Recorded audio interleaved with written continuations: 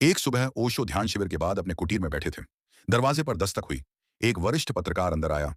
चेहरा गंभीर, हाथ में मोटी नोटबुक और आंखों में एक ही सवाल।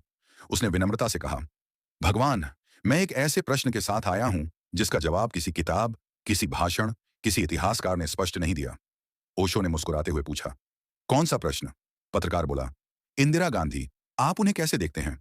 दुनिया उन्हें लौह स्त्री कहती है। आपके नजर में वह कौन थी? कमरे में कुछ पल की चुप्पी छा गई। ओशो ने गहरी नजर से पत्रकार की ओर देखा, जैसे उसकी आत्मा को पढ़ लिया हो। फिर बोले, इंदिरा गांधी को भारत ने नेता माना, लेकिन मैं उन्हें एक ऐसी स्त्री के रूप में देखता हूं जिसे बचपन से ही मजबूत बनने की सजा मिली। पत्रकार थोड़ा झिझकते हुए बोला, सज्जा? ओशो बोले, हाँ, सज्जा। क्योंकि मजबूती एक वरदान नहीं होती, अक्सर वह दर्द का खोल होती है। उन्होंने धीरे धीरे बातें शुरू की। एक छोटी बच्ची जो बड़े घर में जन्मी, लेकिन परिवार का प्यार उसे बहुत कम मिला। एक पिता जो आधी जिंदगी जेल में रहे, एक माँ जो बीमारी से कमजोर होती गई, और एक घर जिसमें सत्ता की परछाइयां थीं पर गर्माहट नहीं। ओशो बोले, इंदिरा गांधी ने बचपन में ही सीखा, कमजोरी दिखाना मना है, रोना मना है, निर्भर रहना मना है।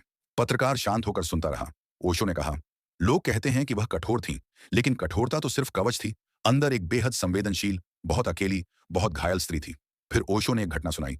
कई साल पहले एक व्यक्ति मेरे पास आया जो नेहरू परिवार के बहुत करीब था।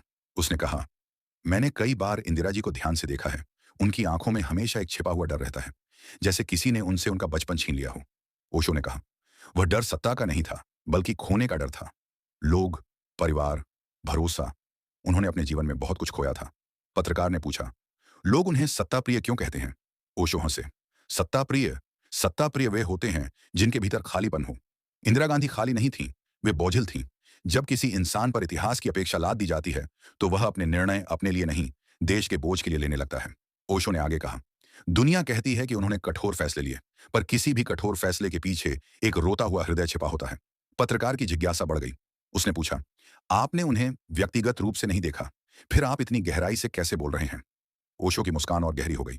उन्होंने कहा, इंसान को समझने के लिए उससे मिलना जरूरी नहीं होता। उसकी आंखें, उसका चलना, उसकी खामोशी, उसके निर्णय सब बता देते हैं कि भीतर कैसी आग, कैसा दर्द और कैसी मजबूरी है। ओशो बोले, इंदिरा गांधी की आत्मा थकी हुई थी। वह हमेशा किसी अदृश्य परीक्षा में खड़ी लगती थी, जैसे कोई कह रहा हो, तुम्हें कमजोर नहीं होना है, तुम्हें गिरना नहीं है, तुम्हें दुनिया को दिखाना है कि तुम लोहा हो। फिर ओशो ने एक गहरी बात कही, दुनिया ने उन्हें लौह स्त्री कहा, लेकिन मैं कहता हूं, लोहा बहुत ठंडा होता है। इंदिरा के भीतर एक जलता हुआ मन था जो किसी ने नहीं देखा। पत्रकार ने धीमी आवाज में पूछा, तो क्या वह वास्तव में दुखी थी? ओशो बोले, दुखी? हाँ, दुनिया की सबसे ऊंची कुर्सियां अक्सर सबसे अकेली होती हैं। उन्होंने कहा, इंदिरा गांधी के जीवन में शक्ति थी, पर शांति नहीं। सम्मान था, पर अपनापन नहीं। निर्णय थे, पर सुकून नहीं। कुछ पल बाद ओशो ने एक और बात जोड़ी, उनके भीतर एक बच्ची हमेशा मदद के लिए पुकारती रही, लेकिन देश की आवाज इतनी ऊंची थी कि उनकी खुद की आवाज दब गई। पत्रकार की आंखें नम हो गईं। उसने कहा, इतिहास इंदिरा गांधी को क्या समझता है?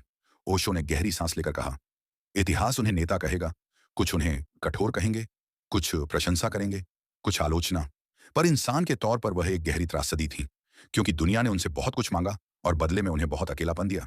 ओशो धीरे से बोले, इंदिरा गांधी को समझना है तो उनके निर्णय नहीं, उनके आंसू पढ़ो, उनका संघर्ष पढ़ो, उनका अकेलापन पढ़ो। तभी पता चलेगा कि वह लौह स्त्री नहीं थी, वह बस मजबूर थी। पत्रकार खामोश हो गया। वह जिस उत्तर के लिए आया था, उसे उससे कहीं ज्यादा मिल चुका था। उसे लगा, वह पहली बार इंदिरा गांधी को राजनीति से नहीं, इंसानियत से समझ रहा है।